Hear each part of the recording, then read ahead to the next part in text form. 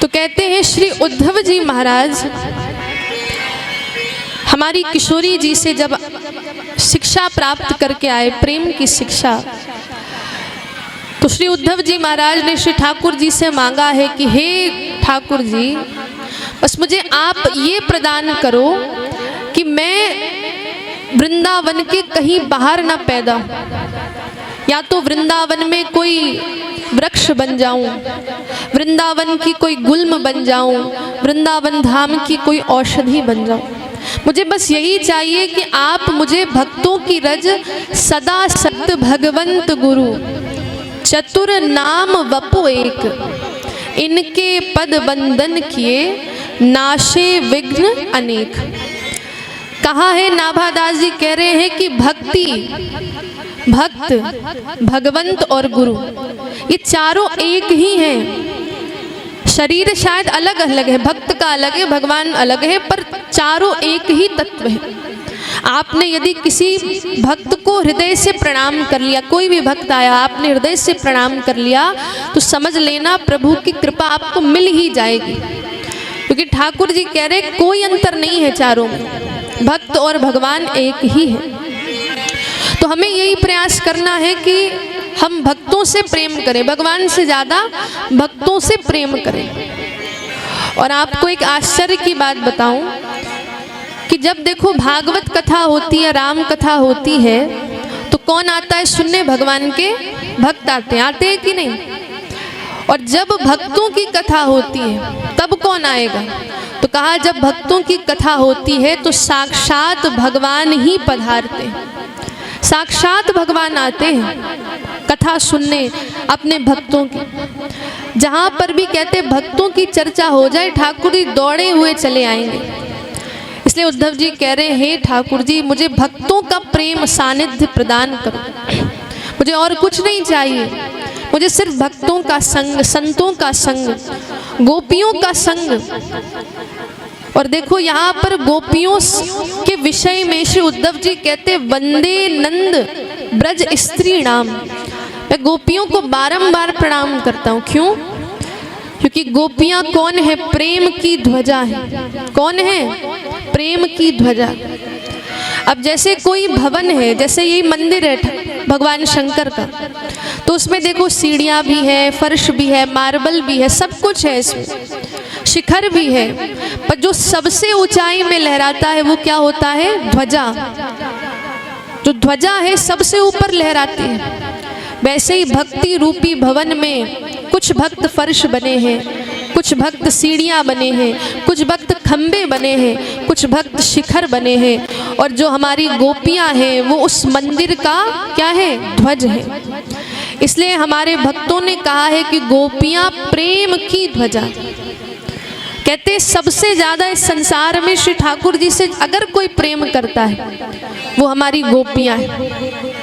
अब इसका हम आपको प्रूफ बनाते हैं कि क्या प्रूफ है कि गोपियाँ सबसे ज़्यादा प्रेम करती हैं। तो देखो एक बार ठाकुर जी चाहते हैं कि गोपियों की महिमा सबको मालूम चले, हम सबको। तो उन्होंने एक बार नाटक करा कि मेरे पेट में बहुत दर्द हो रहा है, उदर में पीड़ा हो रही है। उधर में उनको बहुत जोर की पीड़ा हुई। द्वारका में बैठे हुए हमारे ठाकुर जी कहते उधर में जब पीड़ा हुई तो वैद्य को बुलाया गया, द्वारका के सबसे बड़े वैद्य को। और द्वारका के वैद्य ने चेक करा ठाकुर जी को, अरे ठाकुर जी को दवा दी, औषधि दी, पर उनका जो पेट दर्द है सही नहीं हो रहा। बड़े बड़े वैद्यों को बुलाया गया, कहाँ से नहीं डॉक्टर आए, पर कहते हैं ठाकुर जी की पीड़ा बढ़ती जा रही है, बढ़ती जा रही है, अब क्या करें, कैसे ठाकुर जी को ठीक करेंगे। तो उस समय ठाकुर जी ने कहा देखो मैं ऐसे ठीक नहीं होऊंगा। नारद जी भी उसी समय पहुंच गए। कौन पहुंचे? अरे माताओं इधर देख लो, कौन पहुंचे वहां पर? नारद जी। अब नारद जी जब पहुंचे तो नारद जी ने कहा कि ठाकुर जी हमको सुनाई दिया है कि आपके पेट में बहुत दर्द हो रहा है। ठाकुर जी ने कहा हाँ बहुत दर्द हो रहा है, बहुत पीड़ा हो रही है। तो कहते हैं कि अब ठाकुर जी ने कहा कि अब इसका एक ही इलाज है। एक इलाज क्या है कि जो मेरे भक्त हैं, मेरे भक्तों की चरण रज तुम ले आओ। क्या ले आओ बंधुओं? क्या लाना है? चरण रज। कहा नारद जी से ठाकुर जी ने कि आप चरण रज ले आओ भक्तों की, और भक्तों की यदि चरण रज मुझे मिल जाएगी तो मेरा पेट दर्द भी सही हो जाएगा। अब नारद जी गए, सबसे पहले ठाकुर जी से जो सबसे ज़्यादा प्रेम करती हैं वो है ठाकुर जी की 16,108 पटरानी। कहते 16,108 पटरानियों के पास नारद जी गए और नारद जी ने कहा देखिए आपके पति देव के पेट में दर्द हो रहा है, इसलिए आप अपने चरणों की हमको रज दे दो। अरे सारी जितनी भी 16,108 रानी कह रहे ना बाबा ना, हम नहीं दे सकते क्योंकि ये हमारे पति देव हैं। तो को ढूंढा, कोई भक्त देने को तैयार नहीं है, क्योंकि कहते हैं कि सब कह रहे हैं कि मुझे नरक की प्राप्ति होगी, सब डर रहे हैं कि कहीं नरक में ना चले जाऊं। तो नारद जी के पास सब, ठाकुर जी के पास नारद जी के सारी बात बताई। तो ठाकुर जी कहते हैं कि ऐसा करो, तुम जाओ वृंदावन धाम, और वृंदावन धाम जाकर के मेरी गोपियों से तुम चरण रज मांगना, और तब देखना कि वो ना भी नहीं करेंगी, तुरंत दे देंगी। नारद जी गए, नारद जी ने बताया पूरी बात गोपियों को। किशोरी जी भी बैठी थी और कहा कि आपके श्री ठाकुर के उदर में पीड़ा हो रही है और वो चाहते हैं कि भक्तों की चरण रज मिल जाए।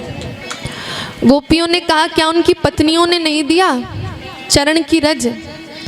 तो कहा नहीं, उनकी पत्नियों ने इसलिए नहीं दिया क्योंकि उनको नरक जाने का डर है, और इसलिए हम ढूंढ रहे हैं कौन सा भक्त चरण रज प्रदान करेगा। तो उसी समय गोपी कहती नरक की बात करते हो, मेरे लिए तो हम सब के लिए ज़रूरी है कि श्री ठाकुर जी सही हो जाए, और हमें अगर नरक भी जाना पड़ा तो हमको वो स्वीकार है। और इसलिए तुरंत सारी गोपियों ने, हमारी किशोरी जी ने चरणों की रज नारद जी को दे दी, और नारद जी तो देखकर आश्चर्यचकित हो गए कि सच में गोपियाँ प्रेम की ध्वजा है। सच में जो कहा गया है कि गोपियों से बढ़कर प्रेमी कोई नहीं हो सकता, ये सत्य है महाराज।